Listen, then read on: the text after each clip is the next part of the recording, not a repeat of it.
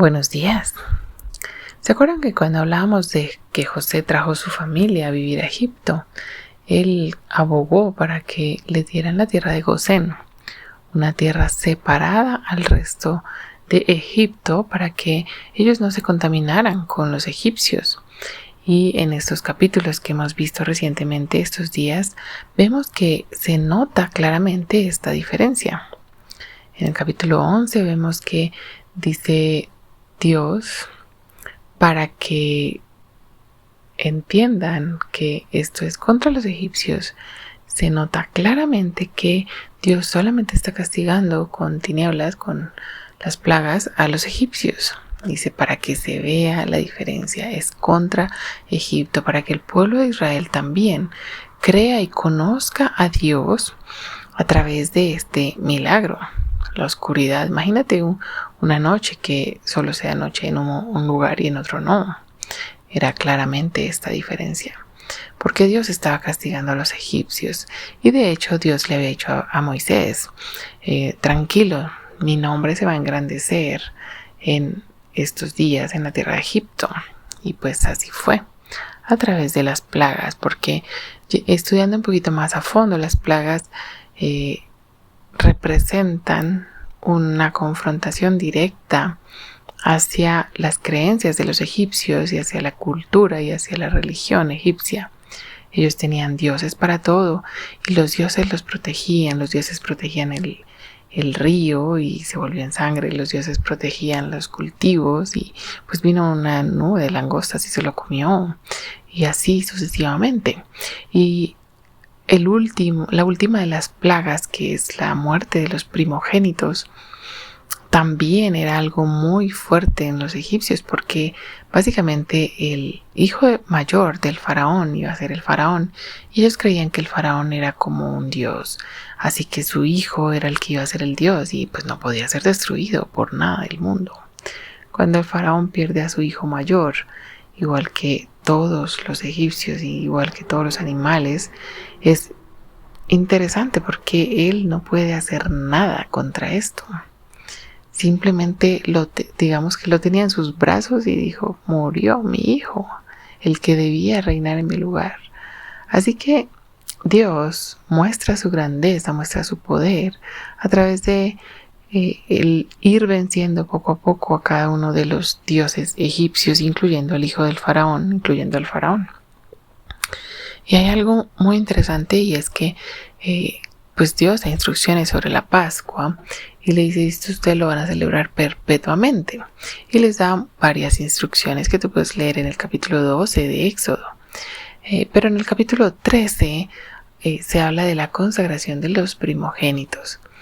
Y la razón por la que debían consagrar los primogénitos, aparte de ser los que abrían matriz y ya había una ley allí, es que Dios les dice, ustedes deben recordar que fueron rescatados. Esos primogénitos de todos los animales y de los hijos, era necesario que fueran consagrados al Señor, porque los primogénitos de aquel tiempo, el tiempo de la salida de Egipto, fueron rescatados o fueron redimidos porque un cordero murió en lugar de ellos. Así que cada vez que una mujer tenía un hijo primogénito, digamos, debía ir a ofrecer un sacrificio, porque esto recordaba lo que había ocurrido en Egipto. Es cierto, el primogénito, a Dios hay que darle lo primero y lo más importante de todo. Pero allí en el capítulo 13 dice justamente porque ellos fueron rescatados. Es decir, es como si tú y yo recordáramos con algo constantemente que fuimos redimidos del pecado, que hemos sido comprados con sangre. Imagínate que Dios nos pone un ritual, por decir así, algo que nos recuerde constantemente que hemos sido comprados. Y esto debían hacerlo los primogénitos.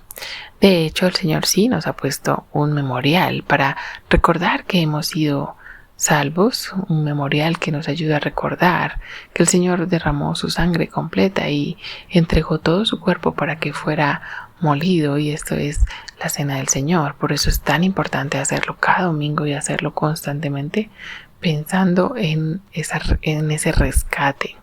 El Señor se encarga de dejar estos memoriales para que nosotros no olvidemos lo que el Señor ha hecho por nosotros, y cuanto más lo hacemos, más lo recordamos.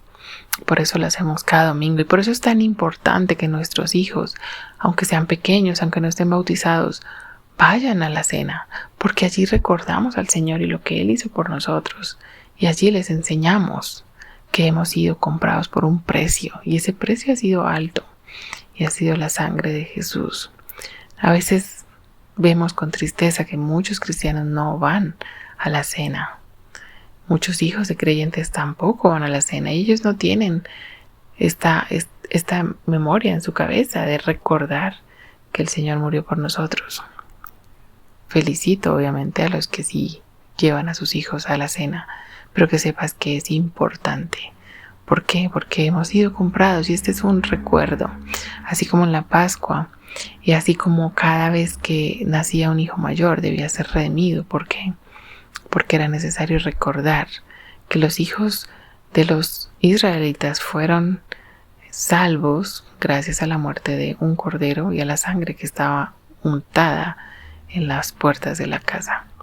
Así que el Señor deja estos detalles para recordar, porque Él sabe que nos es tan fácil olvidar y sobre todo no enseñar a nuestros hijos.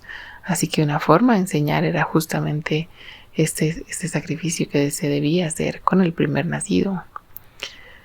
Que el Señor nos ayude a recordar constantemente lo que Él hizo por nosotros, porque eso nos ayuda en primer lugar a ser agradecidos, y en segundo lugar nos ayuda a vivir humildemente para el Señor, porque hemos sido comprados por sangre.